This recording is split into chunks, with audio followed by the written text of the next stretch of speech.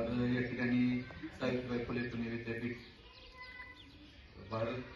भारतीय समाज विकास संस्था संस्थेचे राष्ट्रपिता महात्मा गांधी महाविद्यालय खेडनगर तालुका जिल्हा अहमदनगर राष्ट्रीय सेवा योजना अर्थात विशेष संस्कार शिबिर सन 2024-25 या निमित्त मला आज वेतनाची 6व्या सेवा मिळाली।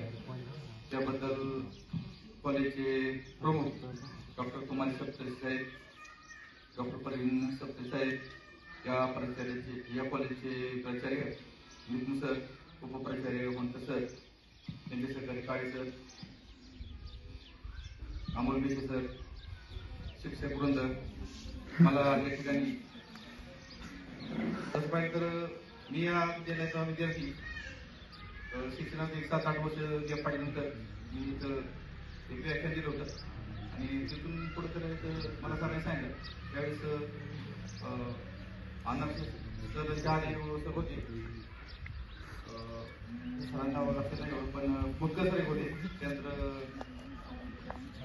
शाळे सर होते। तर त्यांच्या मागे मला शिकण्याचा योग आला। तर मी हसन माझ्या औषध आयुष्यामध्ये कारण 7 वर्ष सगळं गॅप पाडल्यानंतर शिकण्याची इच्छा ठेवली, ती इच्छा माझी शिक्षण पूर्ण केली। शिक्षण माझं पूर्ण झालं। 7 वर्ष गॅप पडून मी फर्स्ट क्लास आहे। तर पुन्हा एकदा या कॉलेजचे सर्व प्रमुख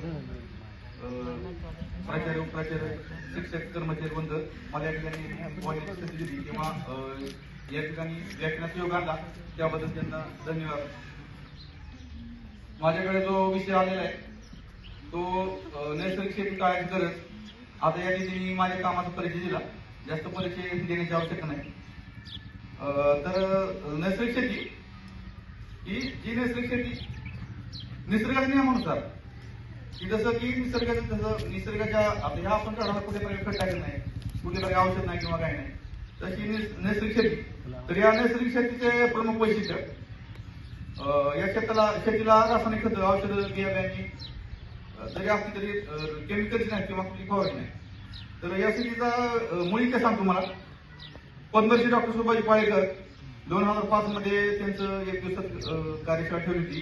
भीमा सहकारी साखर कारखाना पाटस या ठिकाणी विद्यमान आमदार आणि भीमा पाटसचे चेअरमन राहुल फुल यांच्या मार्गदर्शनाखाली एक दिवसीय दिवाळी शिबिर ठेवलं होतं। तर सुरुवातीला पाळेकर सरांनी व्याख्यानाला सुरुवात केली। आता राजेगाव ते पाटस एक 55 किलो अंतर आहे। आम्ही तिथे गेलो तर पाळेकर सरांनी विषय सुरुवात करताना सांगितलं की या शेतीसाठी तो ट्रॅक्टर आहे तो कुठे अडका आणि जशी काही शेत सोडून द्या। आता महत्वाचं आपलं उदाहरण साधारण या परिसरामध्ये जशी काही महाराष्ट्रात बऱ्याच ठिकाणी आणि ट्रॅक्टर महत्वाचं आहे कारण आता बैल अवघड आहे, बैल कोणी वापरत नाही, म्हणजे मेहनत करत नाही किंवा ते अवघड झाले। असं म्हटल्यानंतर बरेचसे शेतकरी तिथून निघून गेले। तर आम्ही ठरवलं की आपण एकदा आपण आलोय तर आपण इथं थांबू, थोडं ऐकू। मग तिथून खरं सुरुवात झाली। सुभाष पाळेकर एकदम सर्वसामान्य व्यक्ती पण देहवेळ पद्धतीने काम करतात। मूळचे गाव त्यांचं अमरावती। तर ते सेंद्रिय शेती का करतात, स्वतःच्या पत्नीला कॅन्सर झाला आणि कॅन्सरच्या माध्यमातून त्यांची पत्नी गेली। तर त्यांनी ठरवलं की इथून पुढे आपल्याला नैसर्गिक शेतीचं काम करायचं।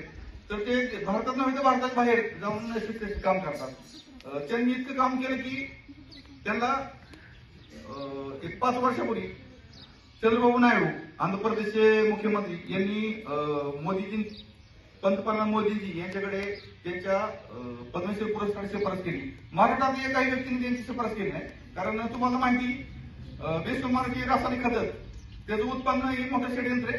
कारण आपण पाहतो जी हरित क्रांती झाली 1965 ती हरित क्रांती याचा आवाज घेतला तर ती हरित क्रांती झाली तर ती ठीक आहे, उत्पन्न वाढण्यासाठी हरित क्रांती झाली कारण उत्पन्न करायचं लोकसंख्या वाढत झाली। पण हरित क्रांती झाली तर आता तिला घातक क्रांती मानता येईल। तर तुम्ही मात्र असं का विश्लेषण करून तुम्हाला सांगतो, आज रासायनिक खतामुळे आणि जर्सी गाईच्या दुधामुळे कॅन्सर आला आणि सगळ्या औषधाची माणसाचं आरोग्य धोक्यात केलं। तर मला या ठिकाणी आवडून सांगायचं की पद्मश्री सुभाष पाळेकर हे एकदम देहवेळ पद्धतीनं हे काम करतात। तर शेवटी केंद्र सरकारने त्यांच्या कामाची दखल घेऊन त्यांना पद्मश्री हा पुरस्कार दिला। महत्वाचं की सुभाष पाळेकर मोदी साहेबांच्या विरोधात बोलले। का बोलले की बाबा जे रासायनिक खत आहे त्याचे जे उत्पन्न किंवा हे कुठं थांबलं पाहिजे।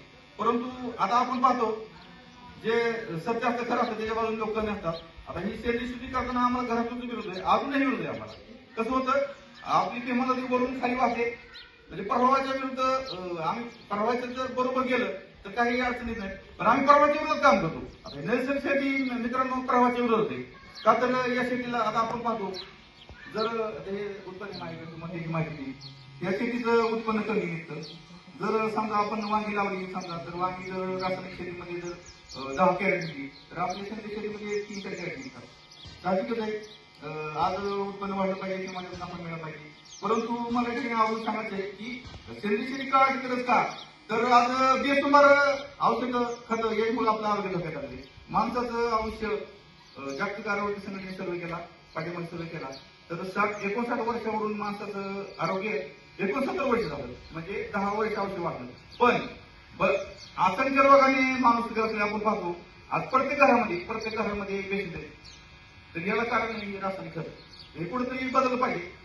महत्वाचं ही जी नैसर्गिक शेती करताना मुली शेकडा म्हणून वळूया.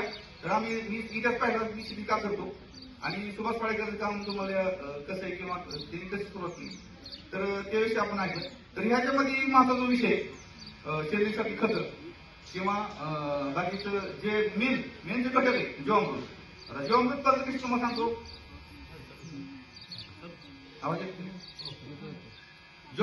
जीवासाठी अमृत साधे औषधी जीवामृतची प्रक्रिया तुम्हाला सांगतो. 200 लिटर पाणी घ्यायचं बॅरलमध्ये, 200 लिटर पाण्यामध्ये 10 किलो शेण गावरान घ्यायचं. नैसर्गिक शेतीसाठी तुम्हाला सांगून मित्रांनो, गावरान गाई जशी ऐकत नाही चलत, आणि म्हशी शेण गोमूत्र